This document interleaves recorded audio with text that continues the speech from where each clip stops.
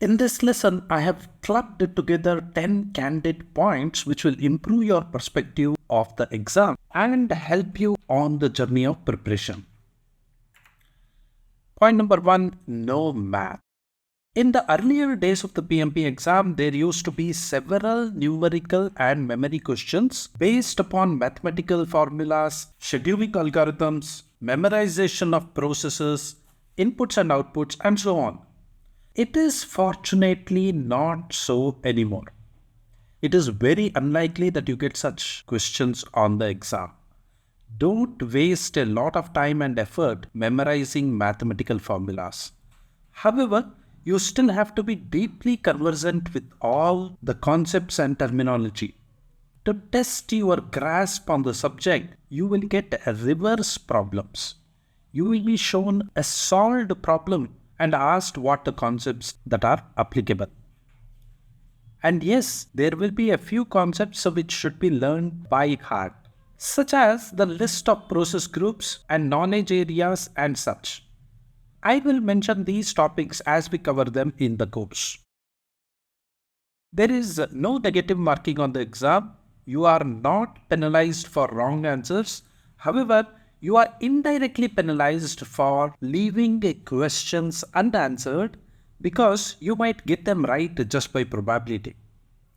Also understand that there is no absolute passing score on the exam. The exam is based on psychometric analysis. This means that the exam is dynamic and algorithmically configures itself to be consistently difficult to all the candidates equally. It is not mandatory or necessary to be a PMI member or a PMI chapter member to pass the PMP exam. But it makes great economic sense, common sense, and professional value to become a paid member because your exam fees are reduced substantially and you get free access to fantastic content such as the PMBOK practice guides and research papers, webinars, and so much more. Okay? If you are not already a member, then certainly consider this.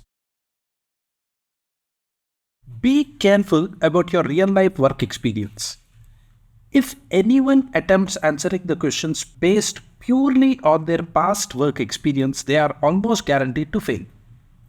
The reason is that experience is based on subjective, circumstantial knowledge and decisions. None of these will be appropriate for the PMP exam. When my instructor had first told me this point, I was also very skeptical, but eventually I am convinced that this is very true. This assertion might surprise you, but nevertheless, it's true. If you have seen the movie Shutter Island, you will know exactly what I am talking about. On the other hand, there is a certain PMP point of view that you must adopt for acing the exam. I will cover it ahead in the course.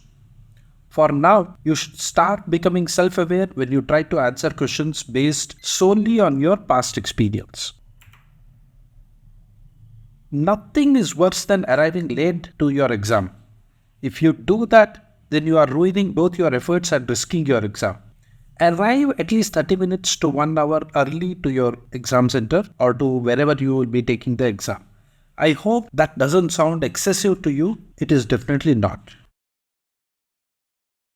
It is practically impossible to learn everything there is to know about project management, but trust your study plan and stick with it. Procrastination might disguise itself as exam anxiety, and you may find comfort in never-ending preparation. The 6-week study plan that I have proposed is pretty ambitious, but it is perfect to peak at the right time. There are many reasons why I will not recommend a very long preparation, say for example 16 weeks and all. Even when you take the exam, the first few questions might put you into complete terror and despair. Remember, this is a psychometric exam and very soon you will gather steam and rhythm. The key is to keep moving ahead. Repetition equals understanding. It has been proven in many studies over the ages that repetition leads to better memory and that leads to deeper understanding. Whether it is learning to play the guitar or preparing for your PMP exam, repetition has got a lot of value. In this course, I will introduce an important topic, then go deeper into it, and then at a later point of time, briefly repeat it. The intention is to cement the concept into your knowledge framework. If you notice this repetition, the technique is working, so keep at it. In your second and third revisions of the course, do not follow a straight path. Jump from topic to topic. This is because your exam will do exactly the same. If you have only practiced on a straight learning path, you will get disoriented in the exam. Read the PMBOK 7 if you can, or the latest PMBOK version, whatever is there. The earlier versions of PMBOK were extremely dry, even though they were very valuable. It was not possible to read a page without falling asleep midway. I am not joking here, but many project managers used it as a sleeping aid and sometimes as a pillow. The PMBOK 7, however, is in sharp contrast. It is beautifully written, short and jam-packed with knowledge. Reading it is not necessary now, as we will cover the topics in this course and also PMBOK 6, but I highly recommend you read the book sometime. You can do this in the buffer week of your study plan or later after the exam also. The last point is enjoy the journey. This is the most important point. Remember that you are embarking on a significant journey now. The PMP will give you many rewards in your life, some immediate and some delayed. There is no doubt in this. However, you should make the preparation journey also as memorable as possible. Approach it with curiosity, self-awareness, and enjoy yourself. Don't seek any shortcuts. So these were some points that will orient you correctly into the course.